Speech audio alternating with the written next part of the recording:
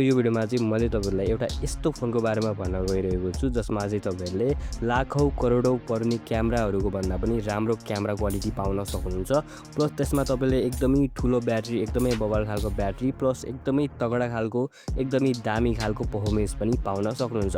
So आजको यो भिडियोमा चाहिँ हामी त्यही फोनको बारेमा एकदमै डिटेलली कुरा गर्न चाहदैछौं। सो यदि तपाईहरु चाहिँ नेपाली मार्केटमा एउटा एकदमै बवाल खालको क्यामेरा फोन प्लस प्रोसेसर पनि एकदमै दामी भएको प्लस अरु कुरा पनि सबै कुरा एकदमै दामी भएको एउटा फोन किन्न चाहनुहुन्छ भने चाहिँ आजको यो भिडियोलाई चाहिँ लास्टसम्म हेर्नु होला। तपाईले यो फोनमा चाहिँ 12GB RAM plus 512GB storage capacity पाउन सक्नुहुन्छ। एउटा एकदमै बवाल खालको क्यामेरा, एकदमै स्ट्रङ खालको gaming performance, long battery life र एउटा प्रिमियम खालको डिजाइन पाउन सक्नुहुन्छ। र यो सबै कुरा चाहिँ तपाईले एकदमै कम प्राइस पोइन्टमा चाहिँ नेपालमा किन्न सक्नुहुन्छ। अब सबभन्दा सुरुमा चाहिँ यो फोनको डिजाइनको बारेमा कुरा गरौँ है त। यो फोनको डिजाइन चाहिँ तपाईको एकदमै प्रिमियम रहेको छ। Well, I'm not you. Anna, I want you to stop. You should just stop. Look around and take a picture of what you see and send that to me. Honey, I'll tell you where you are. Hello? Hello? Anna, are you there? एकदमै premium, एकदमै luxury feel हुन्छ। IP68 को rating पनि पाउन सक्नुहुन्छ। र यो फोनको वेट चाहिँ तपाईको लगभग 200 ग्राम वेट अनि त्यत्रो ठुलो ब्याट्री छ हैन, त्यत्रो कुराहरु छ यो फोनमा। ठुलो युज एकदमै ठुलो खालको त्यो चाहिँ मलाई पर्सनली एकदमै राम्रो लाग्यो। अब यदि तपाईलाई ठुलो खालको फोनहरु मन पर्छ भने त अब यो राम्रो कुरा हैन, तर यदि तपाईहरु म जस्तो हुनुहुन्छ जसलाई सानो फोनहरु एकदम चिटिक्कको हैन राम्रो फोनहरु मन पर्छ भने त्यो कुरा चाहिँ तपाईहरुको लागि चाहिँ एकदमै राम्रो हुन्छ। प्लस सानो छ, एकदमै प्रिमियम छ, हातमा छुँदा पनि एकदमै कम्फर्टेबल फिल हुन्छ, एकदमै प्रिमियम खालको फिलिङ चाहिँ तपाईले यो फोनमा पाउन सक्नुहुन्छ। सो यो फोनको डिजाइन चाहिँ तपाईको चाहिँ एकदमै राम्रो रहेको छ। अब यो फोनको डिस्प्लेको बारेमा कुरा गर्नु पर्दा पनि यो फोनको डिस्प्ले एकदमै ब्युटिफुल रहेको छ। यसमा चाहिँ 6.59 इन्चको एमोलेड डिस्प्ले, 1.5K को रेजोल्युसन, 120 हर्ट्ज को रिफ्रेश रेट, जसमा तपाईले डल्बी कलर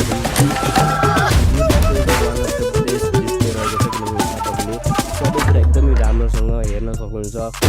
तपाईँलाई मन पर्छ भने एकदमै राम्रो क्वालिटीमा गेमिङको लागि एकदमै राम्रो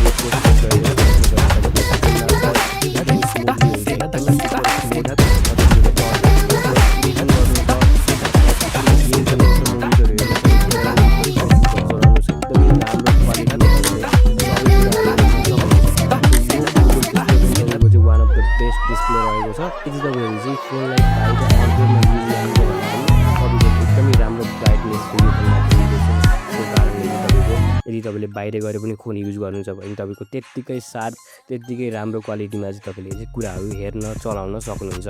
परफर्मेन्सको बारेमा कुरा गर्नु पर्दा चाहिँ परफर्मेन्स चाहिँ यो फोनको एकदमै दामी रहेको छ, किनभने यसमा चाहिँ तपाईले MediaTek Dimensity 8500 अल्ट्रा भन्ने चिपसेट पाउन सक्नुहुन्छ, जो कि एकदमै फास्ट खालको चिपसेट रहेको छ। जसमा तपाईले यदि एपहरु खोल्नुहुन्छ भने एपहरु उत्तिखेर ओपन हुन्छ, एकदमै चाँडै ओपन हुन्छ। एकदमै राम्रोसँग तपाईले मल्टिटास्किङहरु पनि गर्न सक्नुहुन्छ, ब्याकग्राउन्डमा गेम खेल्दै अथवा म्युजिक हेर्दै, मुभिजहरु हेर्दै तपाईले आफ्नो कामहरु पनि गर्न सक्नुहुन्छ। PUBG भयो, कल अफ ड्युटी भयो, फ्री फायर एकदमै हाई खालको जुन गेमहरु छ नि, एकदमै टप खालको गेमहरु एकदमै राम्रोसँग यो फोनमा चल्ने गर्छ। अब गेमिङको लागि चाहिँ मैले छुट्टै रिभ्यू यदि तपाईहरुलाई चाहिन्छ भने कमेन्ट गरिदिनु होला, मैले छुट्टै रिभ्यू पनि हाल्छु। अहिले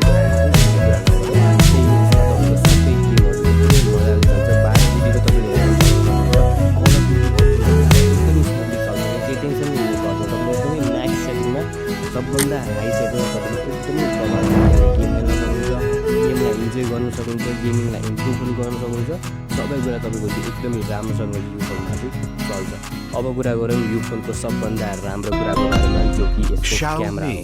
यसमा चाहिँ तपाईले 50 मेगापिक्सलको लेइका भन्ने मेन क्यामेरा, 50 मेगापिक्सलको 5x टेलिफोटो क्यामेरा, 12 मेगापिक्सलको अल्ट्रा वाइड क्यामेरा र 32 मेगापिक्सलको सेल्फी क्यामेरा पाउन सक्नुहुन्छ। अब यो फोनको क्यामेरा मध्ये पनि सबभन्दा राम्रो कुरा भनेको चाहिँ यसको 5x टेलिफोटो लेन्स हो, जसले चाहिँ तपाईको चाहिँ कम्प्लिटली तपाईको एक्सपिरियन्सलाई चेन्ज गरिदिन्छ। किनभने अब तपाईले चाहिँ यदि अरु फोनहरुमा हेर्नुहुन्छ भने तपाईको जुम गर्दा फेरि क्वालिटीहरु फाट्ने गर्छ, क्वालिटीहरु एकदमै कम आउने गर्छ, तर यसको 5x टेलिफोटो क्यामेरा यति बवाल छ कि तपाईँको चाहिँ एकदमै राम्रोसँग फोटोहरू चाहिँ खिच्ने गर्छ।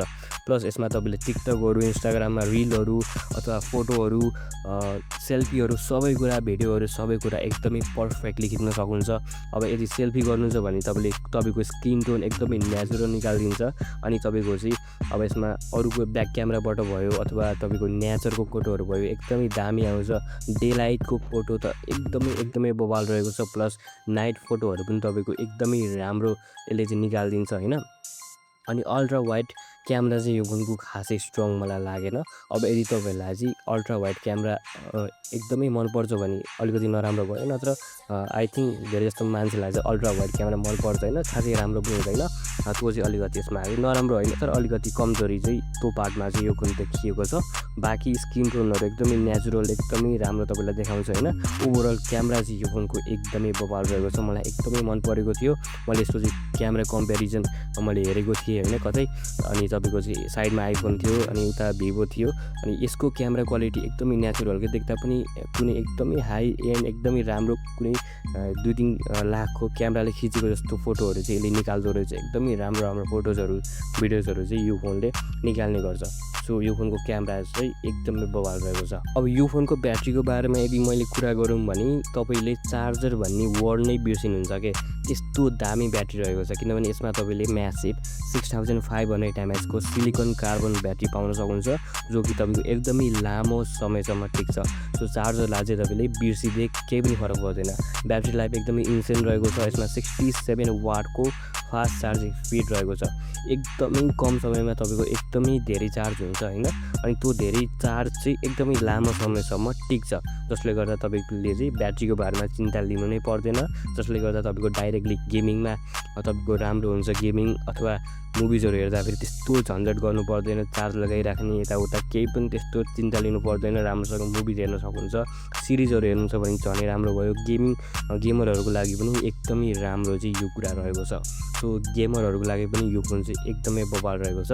अब सफ्टवेयर एक्सपिरियन्सको बारेमा कुरा गर्नुपर्दा यसमा चाहिँ तपाईँले चाहिँ MIUI पाउन सक्नुहुन्छ होइन, HyperOS, जो कि एकदमै स्मुथ रहेको छ, एकदमै राम्रो छ। एनिमेसनहरू एकदमै राम्रो छ, तपाईँको मल्टिटास्किङहरू एकदमै राम्रोसँग गर्न सक्नुहुन्छ। अनि यसमा त्यस्तो नचाहिने एप्सहरू केही पनि हुँदैन। एकदमै ओभरअल तपाईँले चाहिँ एकदमै राम्रो खालको इम्प्रुभमेन्ट पनि देख्न सक्नुहुन्छ। जुन पहिलाको जुन फोनहरू आउँथे तिनीहरूभन्दा यसमा चाहिँ एकदमै राम्रो रहेको छ MIUI होइन। सो ओभरअल सफ्टवेयर एक्सपिरियन्स पनि तपाईँले यो फोनमा एकदमै बवाल पाउन सक्नुहुन्छ। यो फोनको राम्रो कुराहरू धेरै छ, तर यसमा केही कमजोरीहरू पनि रहेको छ। जस्तै यसमा तपाईँले वायरलेस चार्जिङ सिस्टम पाउनुहुँदैन। वायरलेस चार्जिङ सिस्टम किन हुनुपर्ने भन्दाखेरि यो प्राइस रेन्जमा चाहिँ तपाईँले मार्केटमा यस्तो फोनहरू पाउन सक्नुहुन्छ जसमा चाहिँ वायरलेस चार्जिङ सपोर्ट गर्छ। सो त्यो अनुसार चाहिँ वायरलेस चार्जिङ हुनुपर्ने हो। अनि अर्को भनेको चाहिँ तपाईँको 67 वाटको जुन चार्जिङ स्पिड छ त्यो एकदमै फास्ट हो होइन, मैले मान्छु। तर फेरि पनि त्यही कुरा हुन्छ, प्राइस अनुसार चाहिँ अहिलेको जमानामा चाहिँ 67 वाट चाहिँ यो प्राइस अनुसार खासै त्यस्तो राम्रो होइन। 90 वाटसम्म चाहिँ तपाईँको चार्जिङ स्पिड यो फोनमा दिनुपर्ने हो। र अल्ट्रा वाइड क्यामेरा पनि एभरेज छ।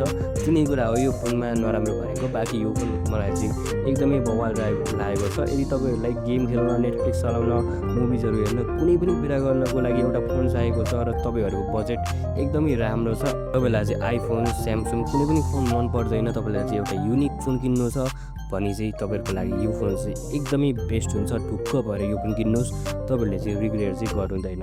बाँकी यदि यो भिडियो राम्रो लाग्यो भने चाहिँ लाइक, सेयर र सब्सक्राइब गरिदिनु होला। I will see you in the next video.